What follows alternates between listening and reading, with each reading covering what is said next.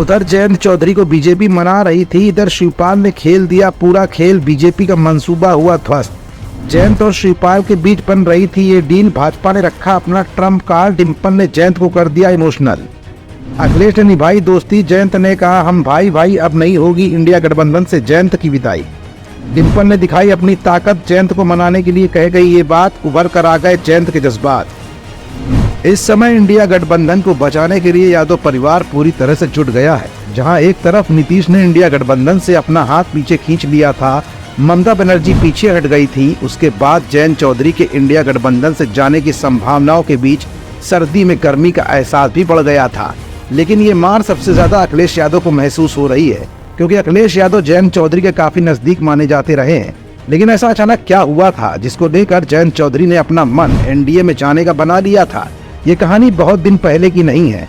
आज इस कहानी पर से पर्दा भी उठेगा और इस पर्दे के पीछे का असली राज लाइव 24 अपनी रिपोर्ट में आज आपको ये दिखाएगा भी और बताएगा भी। दरअसल राष्ट्रीय लोक दल के नेता जयंत चौधरी के संदर्भ में दावा किया जा रहा है कि वो आगामी लोकसभा चुनाव से पहले उत्तर प्रदेश में समाजवादी पार्टी और भारतीय राष्ट्रीय विकासात्मक समावेशी गठबंधन यानी इंडिया का साथ छोड़ सकते हैं। दावा ये भी है कि जयंत भारतीय जनता पार्टी नीत राष्ट्रीय जनतांत्रिक गठबंधन में शामिल हो सकते हैं। हालांकि अभी तक दोनों ओर से कोई आधिकारिक टिप्पणी या प्रतिक्रिया सामने नहीं आई है। हाँ, ये बात जरूर है कि इस बीच जयंत चौधरी ने अपनी पार्टी के 2 बड़े बड़े कार्यक्रमों को रद्द कर दिया है, जिनमें से एक 12 फरवरी को उनके पिताजी की होने वाली जयंती का छपरौली में रैली होना था, जिसमें उनके पिता चौधरी अजीत सिंह की आदमकद प्रतिमा का लोकार्पण भी होना था।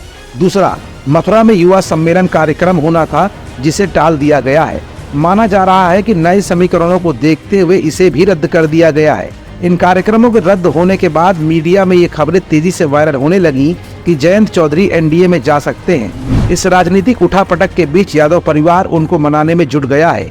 एक और जहां समाजवादी पार्टी नेता शिवपाल सिंह यादव ने कहा कि जयंत कहीं नहीं जाएंगे, तो वहीं सपा सांसद डिम्पल यादव ने भी कहा कि जिस तरह भाजपा सरकार किसानों के विरुद्ध काम कर रही है, बजट में किसी भी तरह की एमएसपी का जिक्र नहीं किया गया, भाजपा के द्वारा हमारी पहलवान बहनों का अपमान हुआ है, मैं नहीं मानती कि आरएलडी नेता जयंत चौधरी इस तरह का कोई कदम उठाएंगे जिससे किसानों को नुकसान पहुंचे।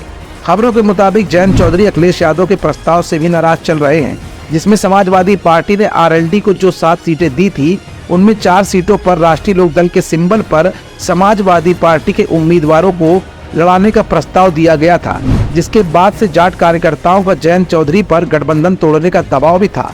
वहीं एनडीए में उन्हें 3 से 4 सीटों का ऑफर दिया गया है। इनमें मथुरा और बागपत की सीटें आरएलडी को दिए जाने की संभावनाएं हिलोरे मार रही हैं, जबकि एक राज्यसभा सीट भी दी जा सकती है।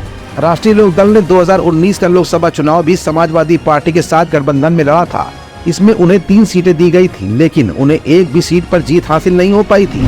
वहीं साल 2022 के विधानसभा चुनाव में भी राष्ट्रीय लोक दल ने 33 सीटों पर चुनाव लड़ा था, जिनमें से पार्टी को 9 सीटों पर जीत हासिल हुई थी। फिलहाल बदलते समीकरणों के बीच राजनीतिक सरगर्मियां पड़ गई हैं। अब देखने वाली बात ये होगी कि अखिलेश, शिवपाल और डिम्पल मिलकर जयंत चौधरी को अपने खेमे में ले पाते हैं या फिर जयंत चौधरी भाजपा के विजय रथ के सारथी बनकर रह जाते हैं।